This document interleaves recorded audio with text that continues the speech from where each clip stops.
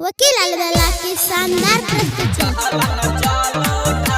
रिमझिम recording studio Simri Bakhtiyarpur.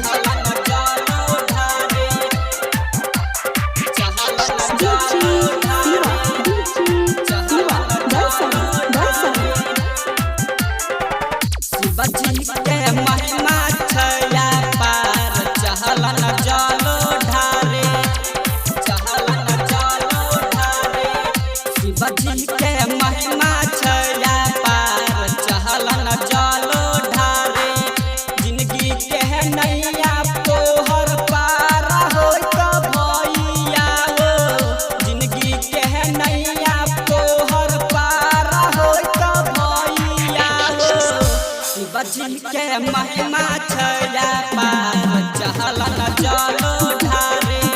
Shiv जी के महिमा छया पार चहलन चलो ढारे।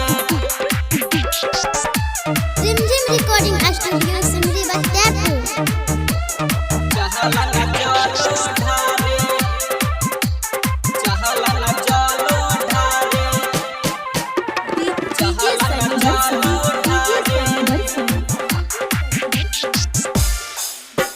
सुल्तानगंज में भारी लहा गगारिया, कंध पर कमर लेके बन जहा कमारिया, बन जहा कमारिया।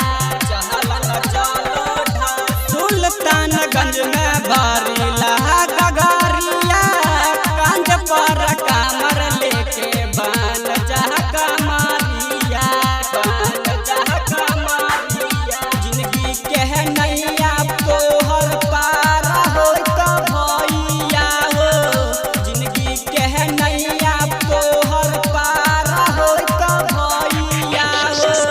शिव जी के महिमा छया पार चहलन चलो ढारे।